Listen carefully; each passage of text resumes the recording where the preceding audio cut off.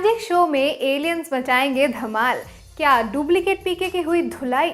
नमस्कार दोस्तों, मैं हूं आपकी होस्ट पंखुरी और आप सबका बहुत बहुत स्वागत है बॉलीग्राड स्टूडियोज में। दोस्तों, आमिर खान की फिल्म पीके में लास्ट में हमने देखा था कि रणबीर कपूर भी एज एन एलियन धरती पर उतरते हैं और इस चीज़ ने इस फिल्म की सेंसेशन और बढ़ा दी थी, जिसका इंतज़ार लोग आज तक कर रहे हैं। आरके और पीके को फिर से एलियंस के रूप में धरती पर आते हुए देखना, इसका लोग बहुत ही ज़्यादा इंतज़ार कर रहे हैं। तो हम जो आपके लिए पीके अगेन की कहानी लेकर आए थे, चलिए उसे और ज़्यादा आगे बढ़ाते हैं। तो पिछली वीडियो में आपने सुना था कि कैसे पीके और आरके धरती पर आते हैं और उन्हें एक डुप्लीकेट पीके मिलता है और वो दोनों उसके साथ उसके घर चले जाते हैं। तो अब जानिए कि आगे क्या होता है। वो डुप्लीकेट पीके खुद को एक जादूगर बताता है और इन दोनों को कुछ मैजिक ट्रिक्स दिखाता है। इस पर आरके बोलता है ये तो साइंस है। तब पीके उससे कहता है इस गोला पर लोग ऐसे ही हैं, अगर समझ आया तो साइंस, अगर नहीं समझ आया तो मैजिक, तो जादू। तो आरके कहता है लेकिन इस बहरूपिया को तो पता है ना कि ये साइंस है, तो लोग इसे जादूगर क्यों बुलाते हैं। तो डुप्लीकेट पीके कहता है हाँ तो एलियन बाबू, ये आप और हम जानते हैं ना कि ये साइंस है, बाकी लोगों को थोड़ी पता है। तो आरके कहता है तो ये तो चीटिंग हुई ना। तो फिर डुप्लीकेट पीके कहता है इस धरती पर ऐसा ही होता है, अगर हम यहाँ पे जादू के शो के बजाय साइंस एग्जीबिशन रखें ना तो कोई देखने नहीं आएगा, इसीलिए यहाँ पर जादू को सब लाइक करते हैं और मैजिक ट्रिक्स देखने ही ऑडियंस हॉल में आती है। अब शो वाले दिन दोनों ही पीकेस ने सेम कॉस्ट्यूम पहनी है और आरके को पहनाया गया है एक चिकन वाला कॉस्ट्यूम।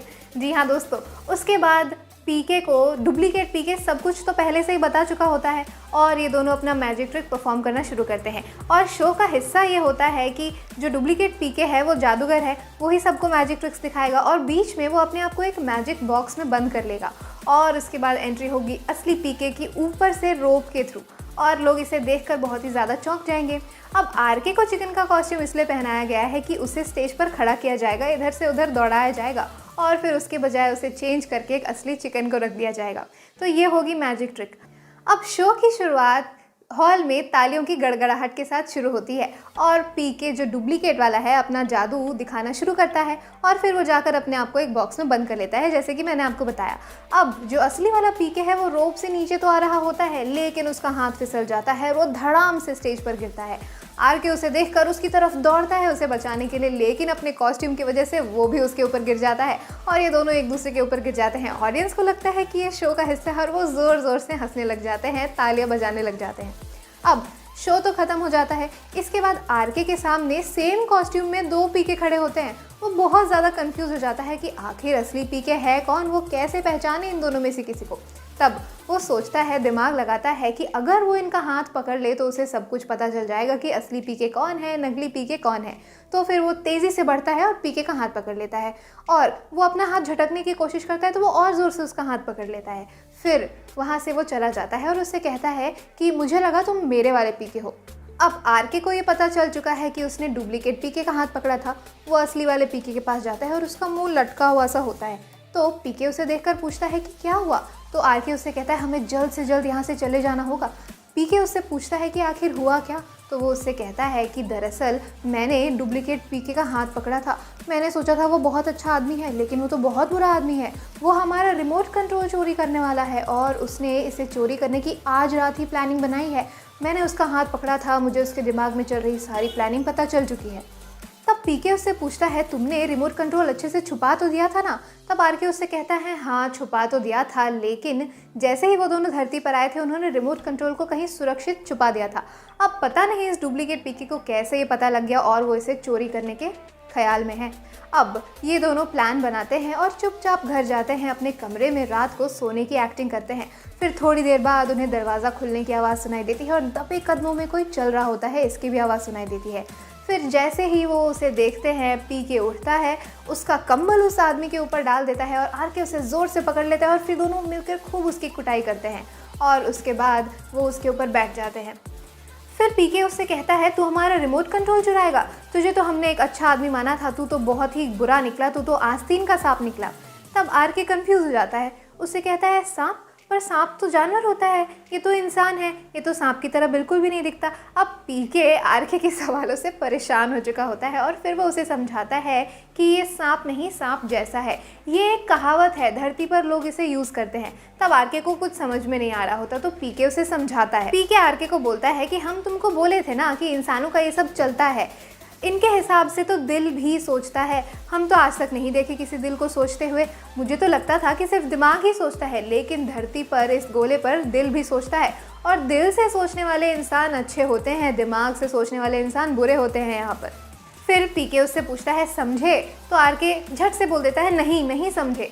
तब पीके और अच्छे से समझाने की कोशिश करता है। वो बोलता है कि धरती पर जो लोग हैं ना, वो जो कहते हैं वो उनका मतलब नहीं होता, जो कहते हैं वो होता नहीं है, और जो असली मन में होता है वो कहते नहीं है। उनकी फीलिंग्स अलग होती हैं, वो दिल से सोचते हैं, दिमाग से सोचते हैं। और इसीलिए मैंने तुमसे कहा कि ये आस्तीन का सांप है, ये एक कहावत है। फिर पीके उससे कहता है वर्ड्स को मत समझो, फीलिंग्स को समझो। तो आरके फिर दोहराता है फीलिंग्स को समझो। उसके बाद इन दोनों का ध्यान जाता है फिर से डुप्लीकेट पीके पर, और वो उससे पूछते हैं कि तुम हमारा रिमोट कंट्रोल क्यों चुराना चाहते थे। तब वो उससे कहता है कि मैं तो सिर्फ इसे चुरा कर चोर बाज़ार में बेचने वाला था ताकि मुझे खूब सारे पैसे मिल जाएं। फिर ये दोनों उसे बांध देते हैं, उसका मुंह, हाथ, पैर सब कुछ बांध कर वहाँ से निकल जाते हैं। अब चलते चलते रास्ते में आरके उससे पूछता है पीके वो तो बुरा आदमी निकला, क्या धरती पर तुम जो पहले आए थे तो तुम्हारा कोई दोस्त नहीं था। तब चलते चलते पीके अचानक से रुक जाता है और उसे एकदम से जग्गू की याद आ जाती है, और वो उससे कहता है थी ना, मेरी एक बहुत अच्छी दोस्त थी जग्गू। फिर आरके हंसने लगता है और कहता है जग्गू, ये एक ऐसा नाम है जग्गू। तब पीके उससे कहता है देखो हंसो मत, अगर तुम ऐसा करोगे ना तो मैं तुम्हें धरती पर अकेला ही छोड़ के वापस चला जाऊंगा। फिर आरके डर जाता है, उसका हंसना एकदम से बंद हो जाता है और वो उसके पास में ही धीरे धीरे चलने लगता है। फिर पीके उसे बताता है कि जग्गू एक न्यूज़ रिपोर्टर है और वो कैसे उसका साथ देती थी, उसने ही उसका रिमोट कंट्रोल वापस उसे दिलाने में उसकी मदद की थी और सारे भ्रष्ट साधुओं का भी भांडाफोड़ किया था। तो आरके उससे कहता है तो पीके चलो ना उसी के पास चलते हैं, और हम जो यहाँ पर लोगों को समझने के लिए आए हैं तो हमें एक ऐसा आदमी चाहिए जो हमारी मदद कर सके। यहाँ गोले पर तो सभी लोग खराब हैं। अब तुमने उसी को देख लिया ना, डुप्लीकेट पीके को, हमने उसे एक अच्छा आदमी समझा था पर वो कैसा आदमी निकला। तब पीके कहता है हाँ हमें ज़रूरत तो है, और सबसे अच्छी इंसान हमें हेल्प करने के लिए जग्गू ही हो सकती है, लेकिन हम जग्गू को ढूंढेंगे कैसे। इस पर आरके कहता है इतना बड़ा शहर है, उसे ढूंढना तो मुश्किल है पर ढूंढना तो पड़ेगा। तब पीके उसे बताता है कि जग्गू एक न्यूज़ रिपोर्टर थी, एंकर थी, और इसी के चलते उसे पीके के बारे में पता चला था और उसने बिना कोई सवाल पूछे पीके की हमेशा हेल्प की थी और उसने ही उसका रिमोट कंट्रोल उसे वापस दिलाया था। तो फिर आरके उससे कहता है कि अच्छा तो वो न्यूज़ रिपोर्टर थी, इसका मतलब अगर तुम टीवी पर आ जाओ तो वो कहीं ना कहीं से तो तुम्हें देख ही लेगी ना, और फिर तुम्हारे पास आ जाएगी, तुम्हें उसका एड्रेस पता चल जाएगा। तब पीके उससे कहता है पर हम टीवी पर आएंगे कैसे और जग्गू को ढूंढेंगे कैसे। तो क्या लगता है आपको, क्या पीके और आरके जग्गू को ढूंढ पाएंगे, और जग्गू मिल जाएगी अगर तो क्या वो इन दोनों की फिर से मदद करेगी। हमें कमेंट सेक्शन में ज़रूर बताइए। इसके आगे की कहानी आपको नेक्स्ट वीडियो में ज़रूर पता लगेगी, इसलिए थोड़ा सा वेट कीजिए। आज की वीडियो में बस इतना ही। अगर आपको वीडियो पसंद आई है तो इसे लाइक कीजिए, शेयर कीजिए और बॉलीग्राड स्टूडियोज़ को भी ज़रूर सब्सक्राइब कीजिए। आज की स्क्रिप्ट लिखी है तन्नू चौहान ने।